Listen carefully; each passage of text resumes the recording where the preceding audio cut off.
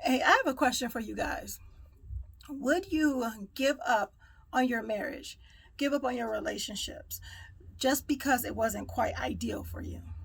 Meaning that it's not the relationship that you want right now, it's not the marriage that you want right now, but instead of looking deeper into it, you say, you know what, I just can't take it anymore. It's not the way I want it to be, it's not how I envisioned it. So I'm done. Did you know that most marriages end that way? Or they call it irreconcilable differences.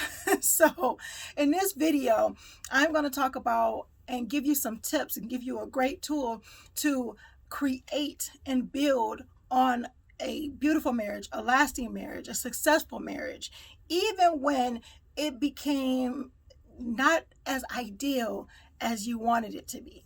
Because the one thing is, people wonder who's at fault when you are unhappy in a marriage, when your marriage has decreased in bliss.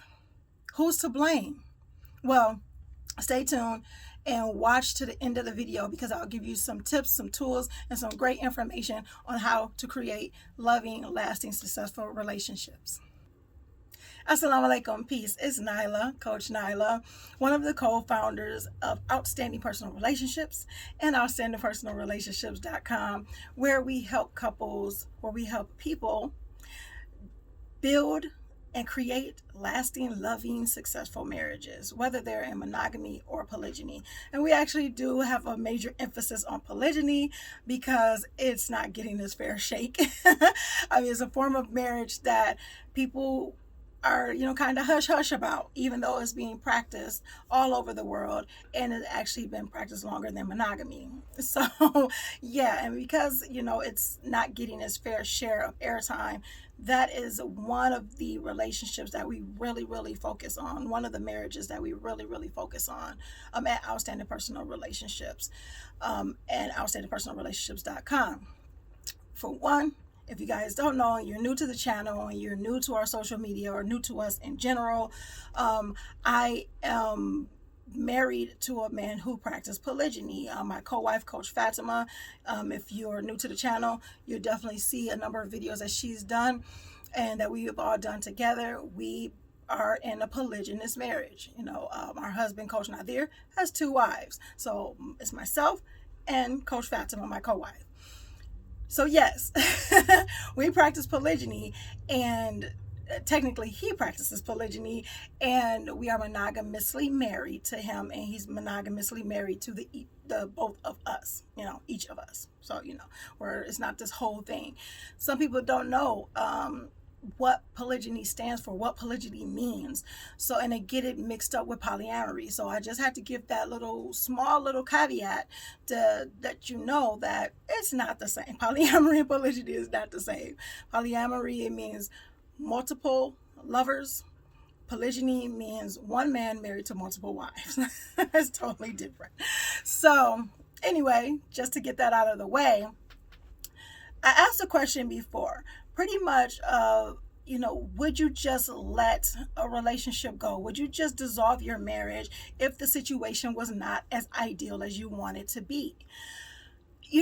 I've seen that in so many cases, and it got to the point, and a lot of people who we've talked with and who I've asked these questions to, the answer seems to be the same, or at least similar, where it comes to the point of where they say irreconcilable differences. But the thing comes down to, when you go deeper, is that it just wasn't ideal for me.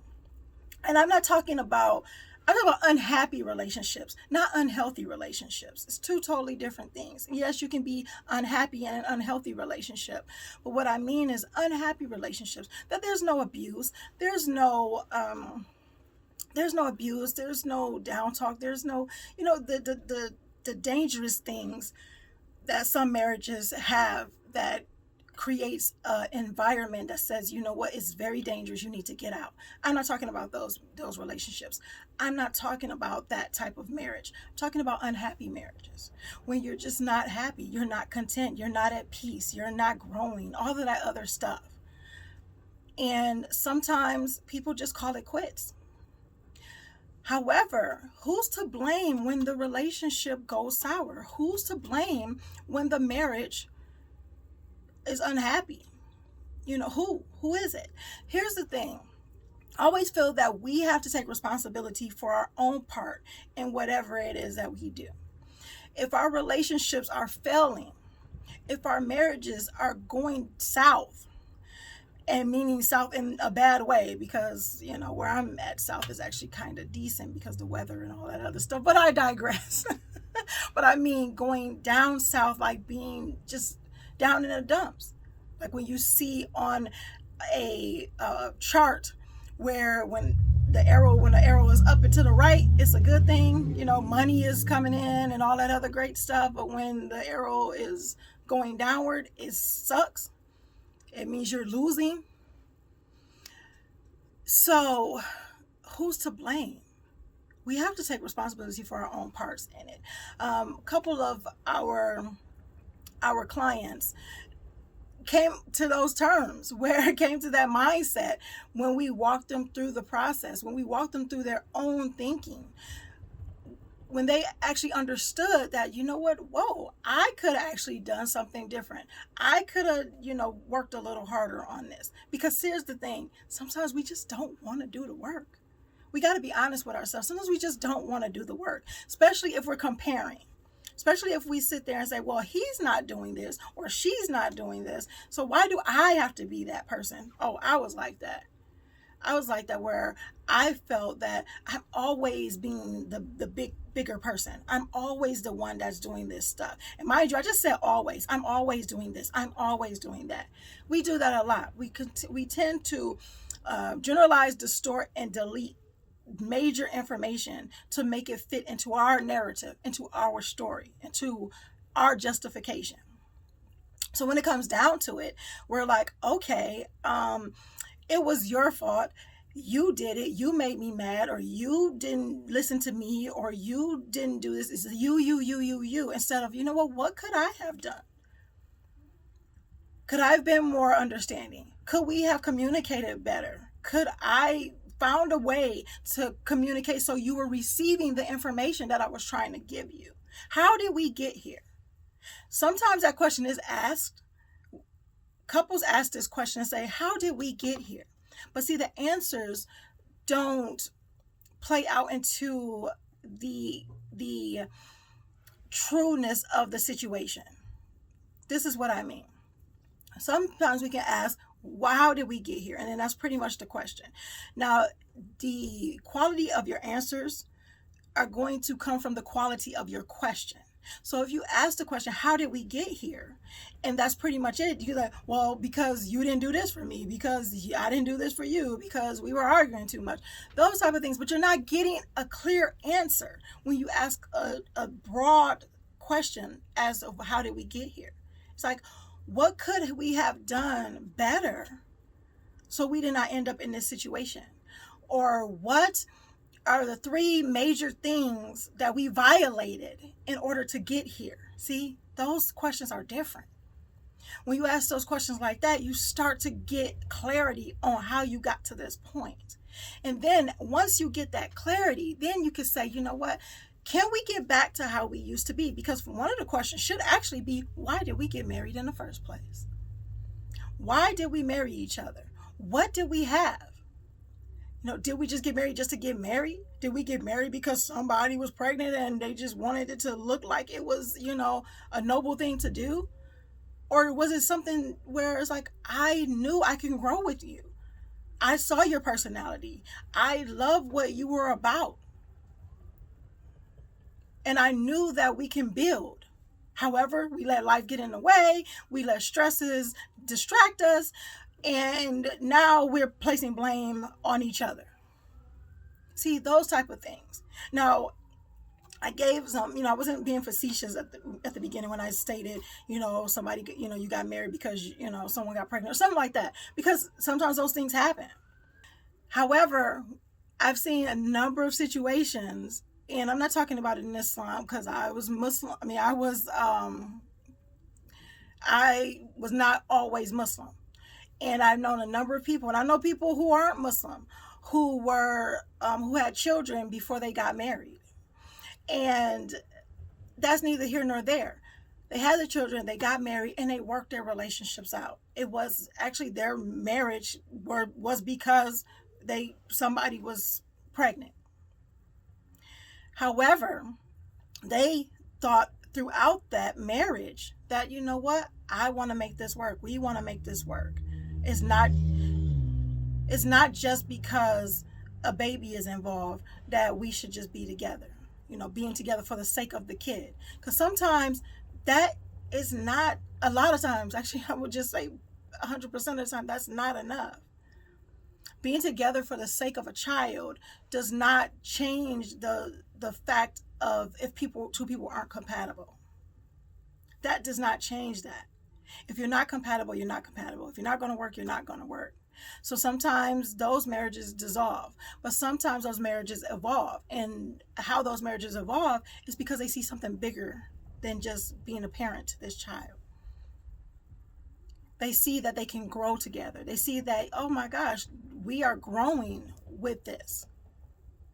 However, through life, things happen. Challenges happen. Distractions happen. These type of things happen. So when those things happen, when it gets to the point when you're too familiar with each other, when you get to the point where, you don't appreciate the little things anymore, what happens? The marriage starts to fail. The marriage starts to falter. But see, then those are the times where the questions should come into play. These are the times when you go and you rate your marriage with your spouse. Those are times when you say, you know what? This is not going the way I wanted it to go. Can we have a discussion on this? Because I know that you want the best in our marriage and I want the best in our marriage. Can we work together? Because we are a team. That is how successful marriages become successful. Even when it gets rough, even when it's tough, even when the conversations are not going to be that easy, it's to the point where, you know what, I trust you enough that you will be able to listen to me. I will be able to listen to you, and we could come up with a plan, devise a plan in order for us to grow. Marriage should be about growth. Marriage should be about growth. Yes, I said that. And I will say that again. Marriage should be about growth. Building a legacy. Building together. Being part of a team. It's not just about me anymore. It's not about I anymore. And I'm not saying that in the context of having a sacrifice. I'm not saying that. It's not about sacrificing. It's about building. It's about compromising. It's about saying, you know what? We're going to do this together. And how do you do that?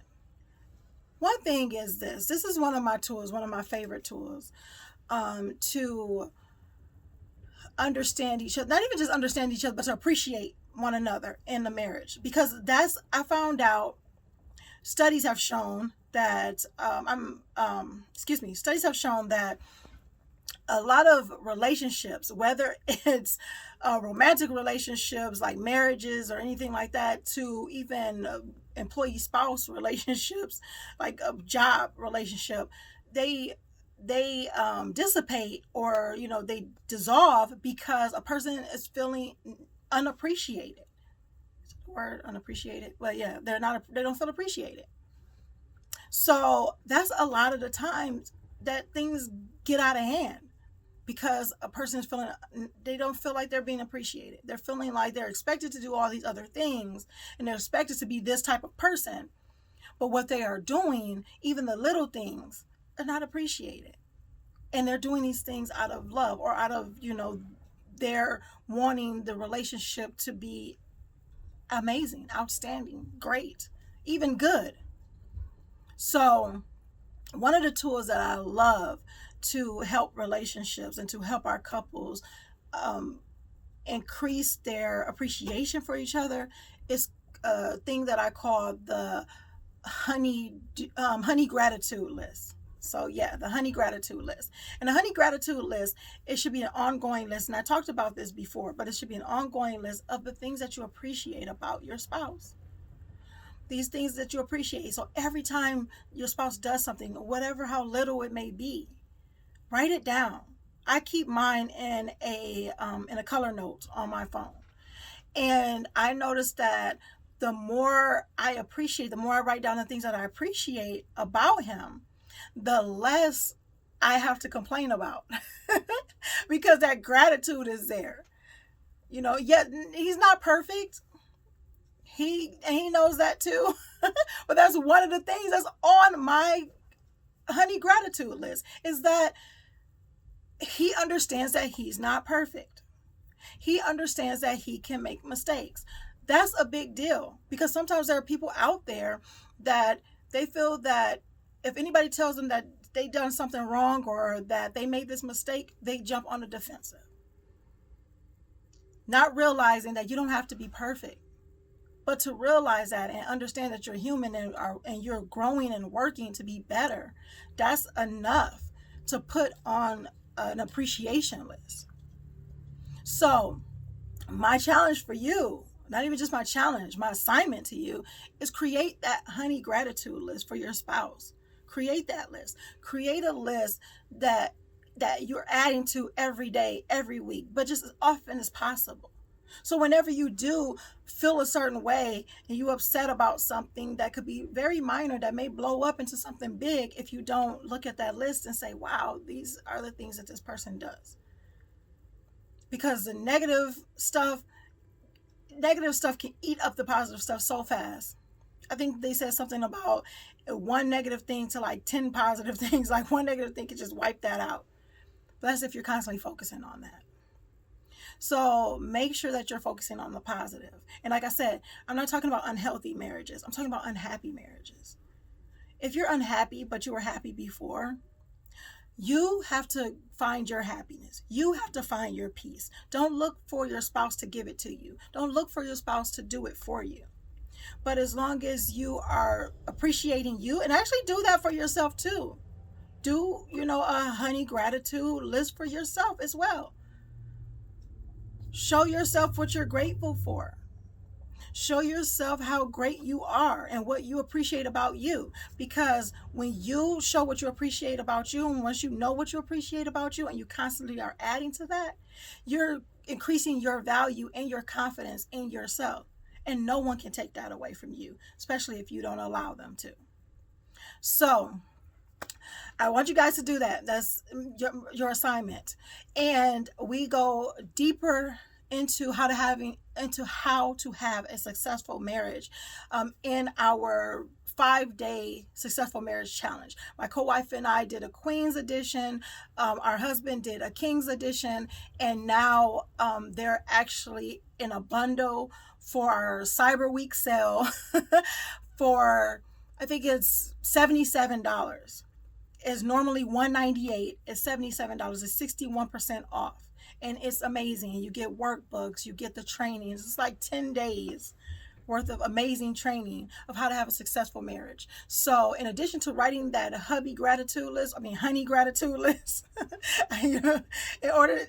addition to that, make sure you go to outstandingpersonalrelationships.com/Black Friday and make sure you get your own copy of the Successful Marriage Workshop program. Okay, it's an amazing program. You will not be disappointed.